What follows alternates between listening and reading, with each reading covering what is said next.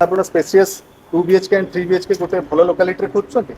ताले ए प्रोजेक्ट आपण को आमे अछु कलिंग नगर जोटा कि भुवनेश्वर रो अपकमिंग ग्रोथ कॉरिडोर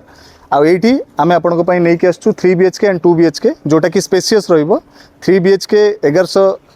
रो कार्पेट एरिया रही 2 BHK रो आपण को 815 रहइबो कार्पेट एरिया आ ये project RERA and SBI approve project आ प्रोजेक्ट जेमते आपण देखि परछन पूरा प्रीमियम सेगमेंट रो प्रोजेक्ट एई प्रोजेक्ट रे आपनकर जहां भी फिटिंग्स कंस्ट्रक्शन क्वालिटी सब premium segment top end segment रो दिया जायछि आपण